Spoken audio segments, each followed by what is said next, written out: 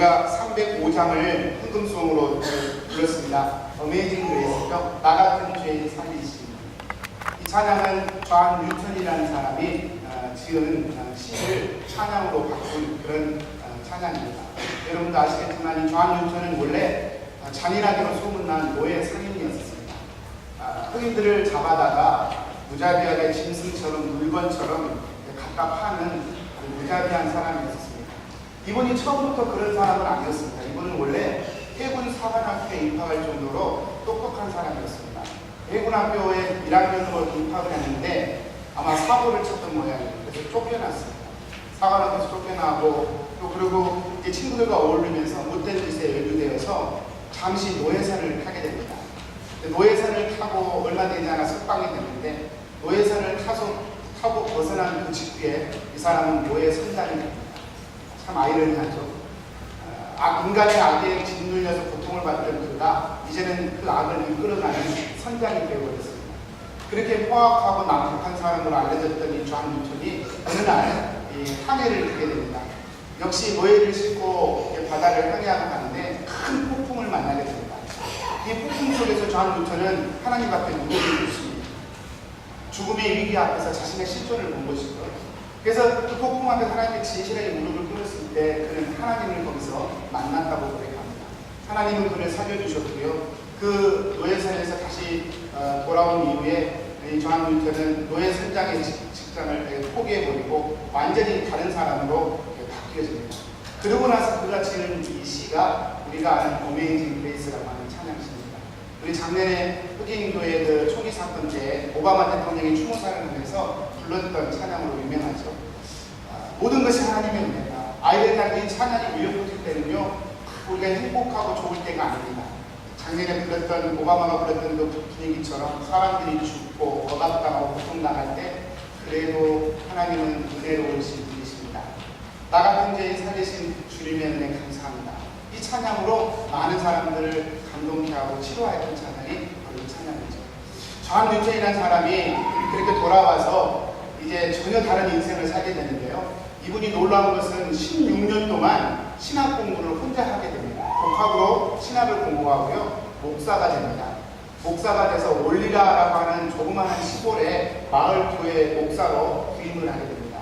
그리고 그분이 그곳에서 설교 중에 이런 고백을 하게 됩니다. 제가 한번 읽어드리겠습니다. 이 다음에 내가 천국에 가면 세 가지 사실에 놀라게 될 것입니다. 첫째는 천국에 당연히 있을 것이라고 생각했던 사람이 없다는 사실 때문에 나는 놀라게 될 것입니다. 두 번째로 그곳에 있을 수 없는 사람이 천국에 와 있는 것을 보고 나는 놀라게 될 것입니다. 세 번째 마지막으로 나 같은 죄인이 천국에 와 있는 것을 보고 나는 놀랄 것입니다. 그러면서 그가 이런 말을 합니다. 그렇기 때문에 나는 다른 것은 다 잊어버린다고 할지라도 한 가지만큼은 결코 잊어버릴 수가 없습니다. 그것은 내가 과거에 너무나 큰 죄인이었는데도 불구하고 예수님께서 나를 구원해 주셨다는 사실입니다.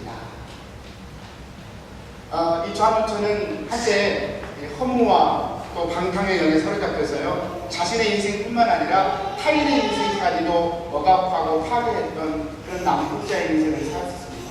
그런데 하나님을 만난 이후에, 폭풍 속에서 하나님의 실존을 경험한 이후에 전혀 다른 사람이 돼서 이렇게 복음을 전하고 또 하나님의 생명을 전하는 인생이 된 걸 보면 말씀만이 줄 수 있는 능력이고 생명이다 라는 깨달음을 다시 한번 갖게 됩니다. 오늘 우리는 마태복음의 첫 부분을 읽었습니다. 마태복음의 저자는요, 마태라고 하는 사람입니다. 여기 마태라고 하는 사람은요, 마치 존 뉴턴과 같은 사람입니다. 직업이 뭐였냐면 세리였었습니다. 세리 마태라고 불리우던 그런 사람이었습니다. 여러분, 세리 마태 뭐 하시는 분인지 아시겠죠? 세리는 그 당시에 창녀와 함께 이 이스라엘사에서 가장 경멸하고 무시하던 그런 직업군에 속했던 분들이셨습니다. 세리였던 마태는 아마 그렇게 사람들의 손가락질과 비방을 받으면서도 이 길 아니면 살 길이 없습니까? 이 길이 아니면 먹고 살고 가정을 지킬 길이 없으니까 욕먹는 줄 알면서도 안 되는 줄 알면서도 아마 그 길을 걸어가지 않았을까 싶습니다. 뻥 뚫린 마음으로 이러면 안 되는 데라고 하지만 어쩔 수 없이 끌려가듯 그렇게 끌려갔던 이 마태에게 어느 날 한 분이 찾아오시죠. 그분은 특별한 분이셨습니다. 돌아다니면서 하나님의 나라가 임했다고, 눈에 보이는 세상이 전부가 아니라 눈에 보이지 않는 하나님의 나라가 있고 하나님의 백성으로 돌아오는 것이 인생의 가장 큰 축복이라고 이렇게 말씀하시고 돌아다니시던 분이셨습니다. 이분은 자신의 목숨을 많은 사람들을 위해서 자신의 목숨을 내어줄 것이라고 동동원이 이렇게 선포하고 다니셨던 분이셨습니다. 마태가 이분을 만나게 됩니다. 중요한 것은 이 마태가 예수님을 찾아가는 것이 아니라요, 이 마태에게 예수님이 찾아옵니다. 이 장면을 그 마태는 본인이 기록한 마태복음의 9장에 이렇게 기록하고 있습니다. 제가 한번 읽어드리겠습니다. 예수께서 그곳을 떠나 지나가시다가 마태라는 사람이 세관에 앉아 있는 것을 보시고 이르시되 나를 따르라 하시니 일어나 따르니라. 마태는 자신의 인생을 잘못 가고 있다는 것을 알았지만 잘못 가고 있는 인생을 스스로 수정할 수 있는 힘도 의욕도 사실은 갖고 있지 못했습니다. 그런데 그런 마태에게 우리 주님이 찾아오셨어요.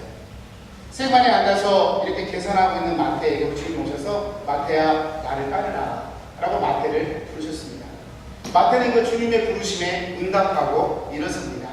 그리고 그는 세리라는 직업을 버리고 주님의 제자가 돼서 이제 평생을 주님께 바치게 되고, 그가 기록한 성경인 마태복음 책이 성경이 돼서 오늘 우리 손에 마태복음으로 들려져 있는 것입니다. 좌한 눈총과 같은 인생이죠. 하나님 없이 절망과 고통의 인생을 살다가 살아계신 하나님을 경험하고 난 이후에 전혀 다른 복음의 인생이 된 분들의 이야기입니다.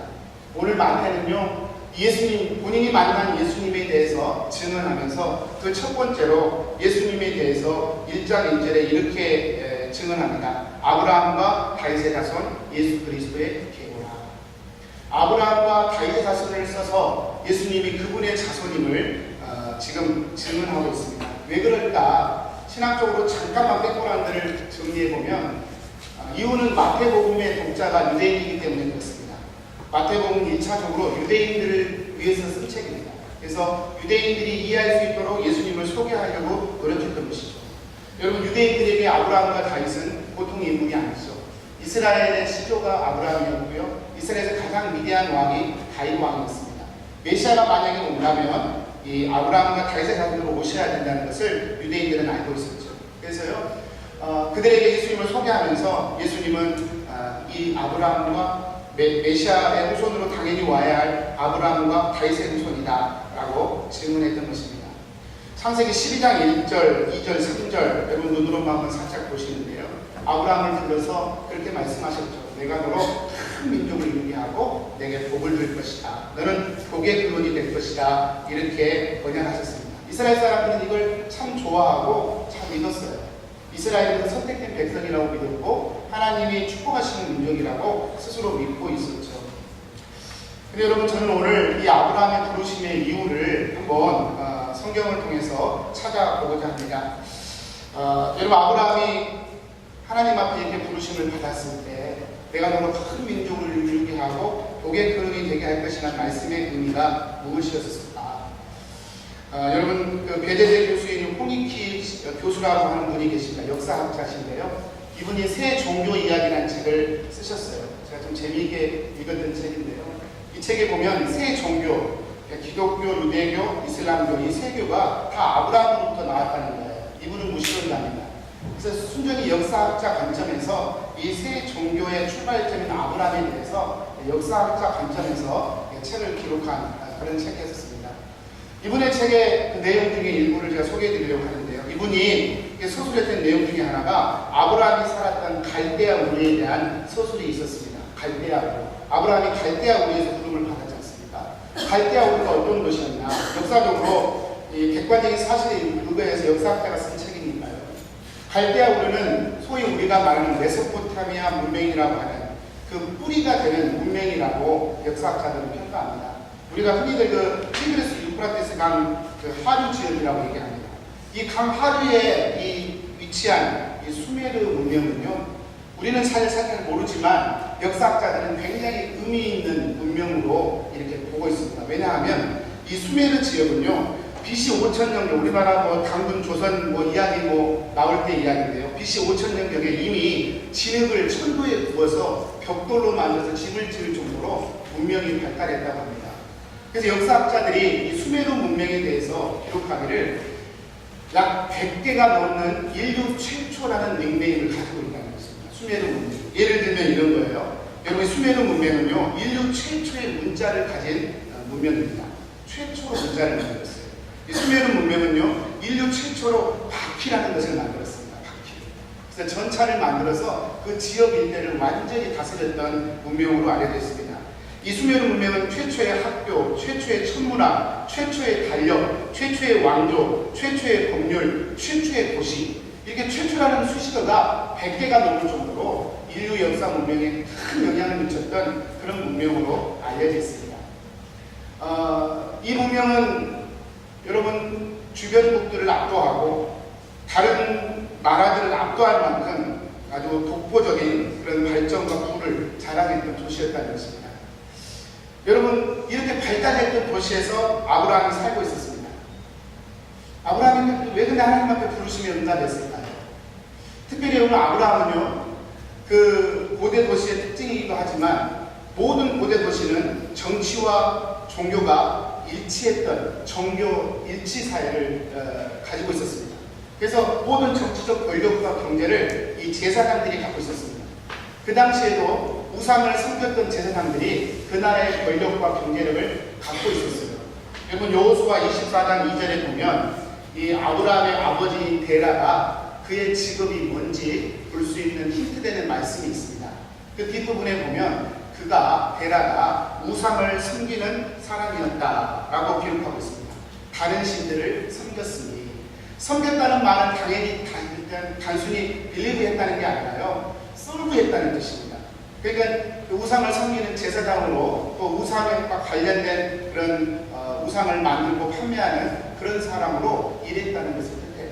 제가 무슨 말씀을 드리려고 하냐면, 아브라함은 그 시대 가운데 가장 발달된 도시에서, 그 도시에서 가장 권력과 부를 가진 아버지를 둔 자식으로 자라났다는 것입니다. 부와 명예와 권세를 다 가지고 갈대아우에서 살았던 사람이 바로 아브라함입니다. 자, 이런 아브라함을 하나님이 왜 부르셨을까요? 여러분, 우리가 흔히들 아브라함에 대한 말씀을 공부할 때 아브라함에게 큰 민족이 되는 그런 복을 주시고, 창대해지는 복을 주시고, 많은 민족을 주시는 복을 주셔서 아브라함을 크게 하시려고 부르셨다, 저희는 사실 그렇게 해석하기도 합니다. 그러나 그렇게 썩 맞는 해석은 아닙니다. 보십시오. 아브라함은 이미 부자였습니다. 아브라함은 이미 성공한 사람이었습니다.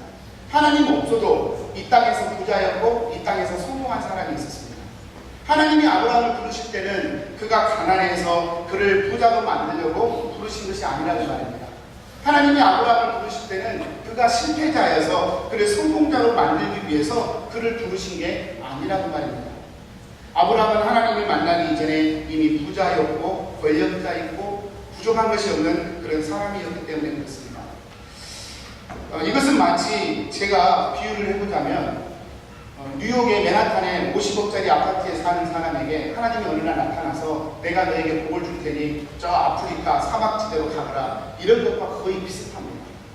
가장 발달했던, 가장 부를 자랑했던 갈대우리에 살던 이 아브라함을 하나님이 끄집어서 가나안 그 황폐한 땅으로 보냈다는 것이죠. 과연 왜 그랬을까? 여러분, 이 이유와 함께 이 마태복음 1장의 1절의 이 마태의 고백이 이해가 될 줄 믿습니다. 왜 그러냐? 여러분, 그냥 정리해서 말씀드리면 아브라함을 부르시는 하나님의 의도는 돈 때문이 아닙니다. 성공 때문이 아닙니다. 하나님이 아브라함을 부르신 것은 언약의 조상으로 삼기 위해서입니다. 언약의 조상으로 삼기 위해서 아브라함을 부르셨어요. 언약이 무엇일까? 여러분, 창세기 15장에 가서 제가 좀 더 설명해 드리겠습니다.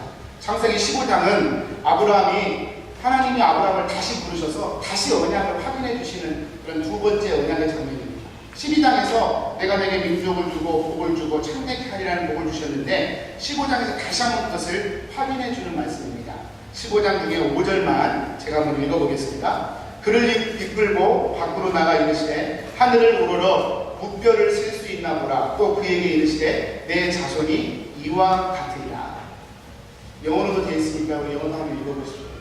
여러분, 아브라함에게 하나님 주신 약속이 너 바깥으로 나가서 하늘의 별을 다 카운트해봐라. 이 별을 다 카운트할 수 있으면 네 자손들도 카운트할 수 있을 거야. 그 말이 무슨 말입니까? 자손들을 그렇게 많이 주겠다는 약속이죠. 고대에 자손을 많이 준다는 건 틀림없는 복이죠. 우리가 생각할 때. 그런데 여러분, 이 말이 정말로 그 말일까 의문을 제기합니다. 왜냐하면 많은 별들이라고 얘기했는데 그렇다면 그 뒤를 받쳐주는 명사도 복수가 되어야 합니다. 돼야 말이 맞습니다. 별처럼 많은 자손들을 줄 것이다 이렇게 하셔야 되는데 성경은 그렇게 기록하지 않고 단수로 무별처럼 많은 자손을 줄 것이다 단수로 기록했다는 것입니다. 영어로 the seed, offspring, 스가 아니라 offspring 단수입니다. 영어로 NSV나 NIV 성경을 보면 아예 the seed라고 seeds가 아니라 seed로 단수로 더를 붙여서 자손이라 명확하게 기록하고 있습니다. 문법적으로 맞지가 않죠. 하늘의 별처럼 많은 한 사람 자손, 이게 해석이 안 되는 것입니다. 이 해석에 대해서 이 갈라디아서 3장에서 사도 바울은 이렇게 해석을 드립니다.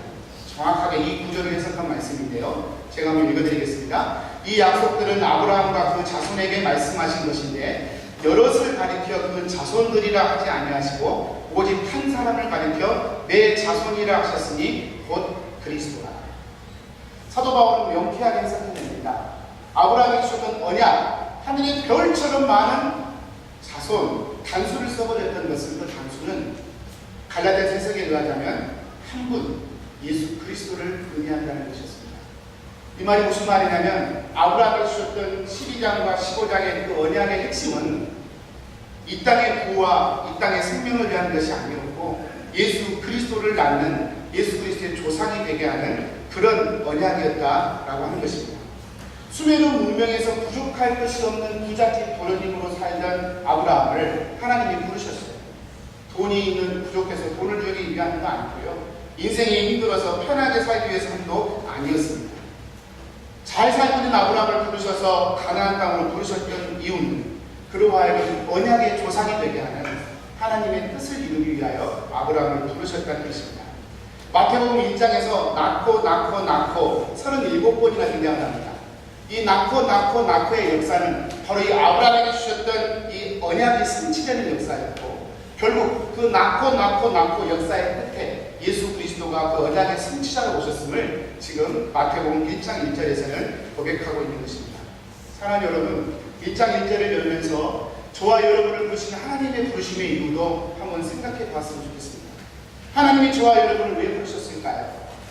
아브라함을 부르신 이유와 다르지 않은 것입니다. 사실은요, 하나님이 여러분을 이 자리에 부르신 것은 여러분이 좀 돈이 부족해서 좀 풍족하게 살라고 부르신 것만은 아닙니다. 하나님이 여러분이 너무 인생이 힘드니까 나를 의지하고 좀 편안하게 살아라 라는 의도로 여러분을 부르신 것도 사실은 아닙니다. 그런 것들은요, 마치 격가지와 같은 것들입니다. 있어도 좋고 없어도 할 수 없는 그런 것들이죠. 여러분, 우리를 부르시는 하나님의 부르심의 진심은 우리로 하여금 예수를 진실하게 믿는 언약의 사람이 되게 하기 위해서입니다. 존 뉴턴에게도 하나님 그러셨고요, 마태에게도 그러셨고요, 아브라함에게도 그러셨고요, 지금 여러분에게도 하나님은 그 부르심으로 부르고 계시다는 것입니다. 언약을 낳는 언약의 사람으로 하나님의 우리를 부르시고 계시다는 것입니다. 아브라함은요, 이 사실을 그의 평생의 신앙 여정을 통하여 깨달아 갔었습니다. 우리도 마찬가지일 것입니다. 이런 사실을 우리 신앙의 평생의 여정을 통하여 우리는 깨달아가게 될 것입니다. 여러분, 하나님으로부터 예수 그리스도의 조상이 되겠다, 언약의 조상으로 부름 받았던 아브라함이지만요, 처음에 그렇게 이 사실을 믿었던 것이 아니에요. 지금 여러분처럼. 자, 이런 말씀 드리니까 여러분의 표정이 항상 나는 그렇게까지는 아니요, 나는 그런 마음으로 교회 다니는 거 아니야. 아직까지는 그렇게까지는 아니야. 그냥 교회 한번 나와본 거야, 목사님. 이러신 분들도 솔직히 계실 겁니다. 나는 그렇게까지 믿고 싶지는 않아요. 그리고 그렇게 믿어지지도 않습니다. 이렇게 말씀하시는 분도 솔직히 있을 것이고요. 그거는 틀린 얘기도 사실 아닙니다. 아브라함 역시 그랬습니다. 하나님이 12장, 15장에서 이런 언약의 조상이 되는 그런 예언을 주셨지만, 약속을 주셨지만 이 아브라함은 사실 처음에는 믿지 못했습니다. 두 번에 걸쳐서 자신의 아내를 어떻게 해요? 다른 남자의 품에 안겨버리지 않습니다. 자신이 살기 위해서 자신의 아내를 다른 남자에게 줬거든요. 이것은 여러분 단순히 그냥 겁이 많아서 했다라고 해석할 수 없는 게, 여러분 이 사라가 누굽니까? 자신의 후손을 통하여 메시아가 온다는 언약을 받았다면 그 후손은 누구를 통해 생산이 되겠습니까? 당연히 사라죠. 사라를 다른 남자의 품에 줘버렸다는 것은 무엇을 의미하냐면 단순히 겁이 많아서가 아니라 아브라함이 그 언약을 믿지 못했다는 것입니다. 아브라함 역시 그 언약을 받았지만 이게 믿기가 힘든 이야기였었습니다. 아브라함도 역시 믿지 못해서 자기 아내 사라를 다른 남자의 품에 안겨버리고 말았죠. 급하신 것은 하나님이셨습니다. 아브라함이 그 아내를 다른 남자의 품에 안길 때 하나님이 아브라함의 시간 가운데 역사하셔서 아브라함의 아내 사라를 그 남자의 품에서 빼앗아서 다시 아브라함의 품에 안겨주십니다. 왜 그러셨을까요? 이 언약 때문입니다. 사라를 통하여 언약이 이어져야 하기 때문에 하나님은 사라의 몸이 더럽혀지는 것을 허락할 수 없었던 것이죠. 이렇게 아브라함은 두 번이나 똑같은 실수를 범합니다. 한 번 했다면 실수다라고 말하지만 두 번 똑같이 반복했다는 것은 이분의 마음을 드러내는 것이죠. 이때까지만 하더라도 하나님의 이 언약이 그런 믿어지지 않았습니다. 여러분, 우리 중에 지금 설교를 들으신 분도 그런 게 어디 있어? 예수를 어떻게 나? 혹시 나를 언약으로 부르셨다는 그 하나님의 말씀이 믿어지지 아니하시더라도 여러분 너무 낙심하거나 포기하지 마시게 되길 바랍니다. 저 역시 여러분이 그런 반응을 보여도 저 역시 전혀 낙심하거나 제 자신을 향해서도 포기하지 않을 것입니다. 왜냐하면 아브라함의 인생을 보면 그 일을 이루시는 분은 하나님이시라는 것을 저희가 보게 되기 때문에 그렇습니다. 아브라함은 두 번이나 그렇게 부인했습니다. 언약을 믿지 못했습니다. 그런데 그 아브라함이 어느 날 그 언약의 실체를 경험하게 됩니다. 100세가 됐는데요, 아들을 낳을 수 없는 그 상황에서 아들을 낳게 됩니다. 이삭이라고 하는 아들을 이 아브라함이 갖게 돼요. 아브라함 깜짝 놀랐을 것입니다. 이 언약의 실체가 이게 그냥 공중에 붕붕 떠다니는 그런 것이 아니라 내 삶의 실제구나 라고 하는 것을 그는 고백할 수 있었을 것입니다. 이삭을 가지고 나서 아브라함의 믿음은 이제 실제가 됩니다. 언약을 향해 정확하게 달려가는 인생이 됩니다. 이삭이 17살 되던 해 하나님께서 창세기 22장에 보면 아브라함에게 가장 힘들고 고통스러운 일을 요구하십니다. 그게 뭐였습니까? 아들 이삭을 번제로 바치라는 것이었어요. 여러분, 말이 번제지요? 이것 여러분 깜짝 놀라실 겁니다. 짐승처럼 죽이고 짐승처럼 갑을 떠서 번제단에 바쳐야 돼요. 상상할 수 없는 그런 요구였습니다. 그런데요, 이렇게 무겁고 힘든 요구를 아브라함은 받아들입니다. 그 말씀을 하신 하나님이 말씀하신 그 다음날, 영어로 보면 3절에 보면 early next morning이라고 표현되어 있습니다. 바로 그 다음날 이른 아침에 아브라함은 아들을 데리고 모리아산으로 올라갑니다. 아들에게 그 번제에 쓸 나무를 짊어지게 하고 모리아산으로 올라갑니다. 여러분, 이게 어떻게 가능했을까요? 어떻게 아브라함이 아무리 믿음의 조상이라고 하지만 어떻게 아들을 번제로 드릴 수 있었을까요? 이거에 대해서 여러분, 그냥 아브라함은 믿음의 조상이니까 믿음이 좋지, 그러니까 그렇게 가능하지, 이렇게 서둘러 덮어버리지 마시기를 바랍니다. 신약성경의 히브리서 11장은 이 사실에 대해서 이렇게 증언합니다. 히브리서 11장 17절에서 19절 말씀입니다. 아브라함은 시험을 받을 때 믿음으로 이삭을 드렸으니 그는 약속들을 받은 자로되 그 외아들을 드렸느니라.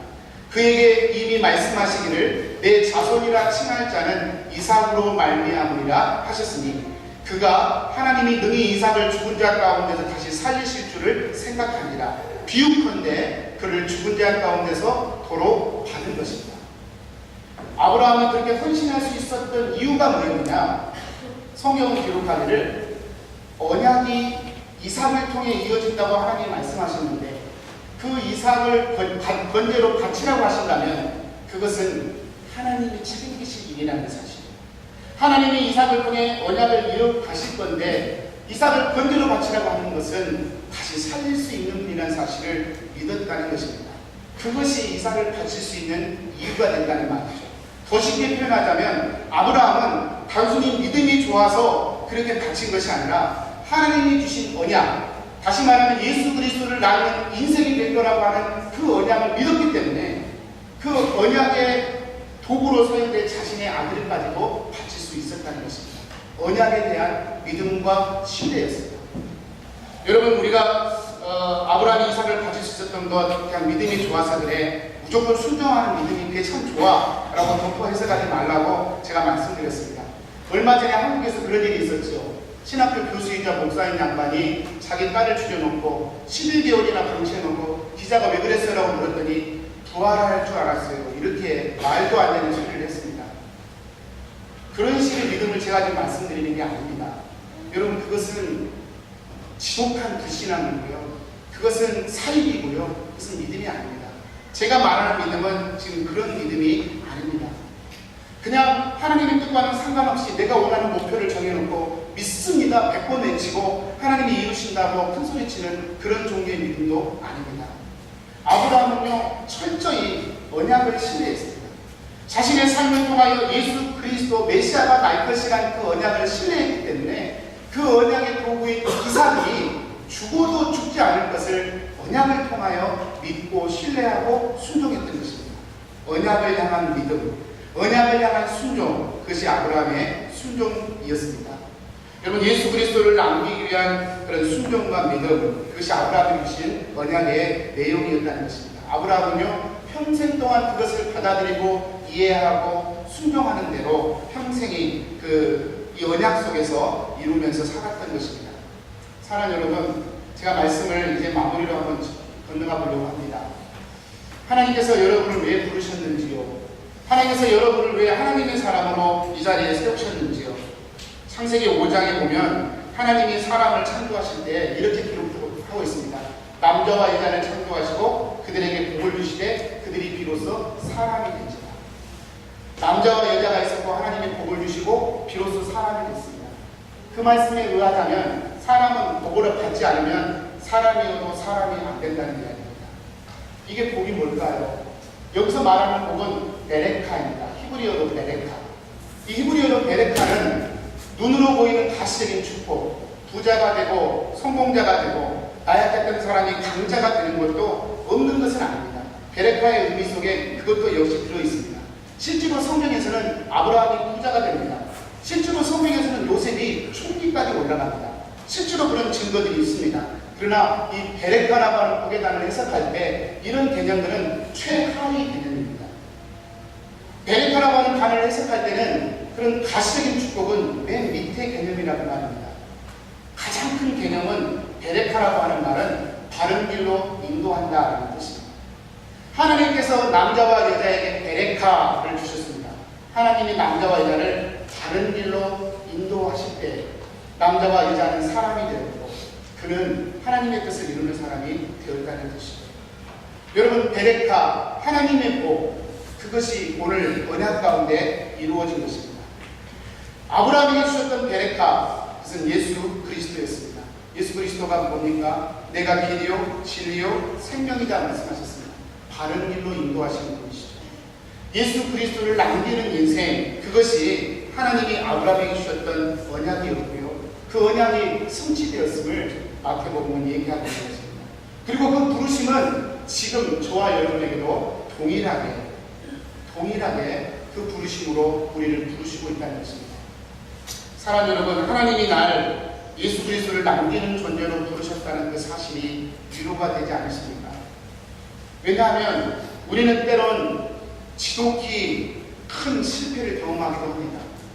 우리는 때론 건강하기도 하지만 때론 병들고 연약해지기도 합니다. 우리는 때론 부자가 되기도 하지만 때론 가난해지기도 합니다. 우리는 때론 명예를 얻기도 하지만 우리는 때론 명예가 바닥에 내동적인 처지듯 이렇게 처참한 지경에 내려앉기도 합니다.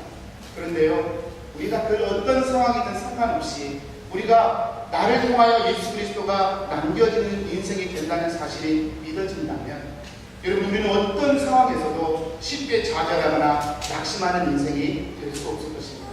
이익성 목사님이 했던 말씀 혹시 기억나십니까? 저는 그 말씀이 참 마음에 새겨졌어요.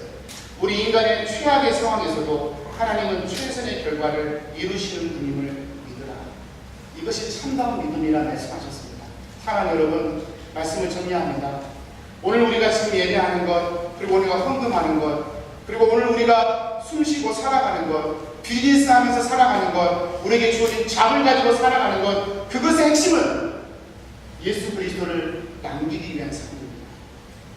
내가 오늘도 교회에서 섬기고 봉사하고, 오늘도 내가 주변 사람들을 만나고 친교하는 목적은 예수 그리스도를 남기는 삶으로 하나님이 부르심을 쫓아 가는 과정이다, 그 말입니다. 사랑하는 여러분, 우리 함께 갔으면 좋겠습니다. 이 말씀을 전하는 저 역시 이 부분에서 나는 잘하고 있습니다라고 자랑할 수 없습니다. 형편없습니다. 그렇지만 그럼에도 불구하고 이런 말씀을 들을 때마다 우리 인생의 길을 다시 한번 살폈으면 좋겠습니다. 예수 그리스도를 오늘도 나는 남겼는가? 오늘도 나는 예수 그리스도를 남기면서 살아가는가? 그것을 점검하면서 하루하루 아브라함처럼 이 언약을 이루어가는 저와 여러분 되시기를 주님의 이름으로 축복합니다.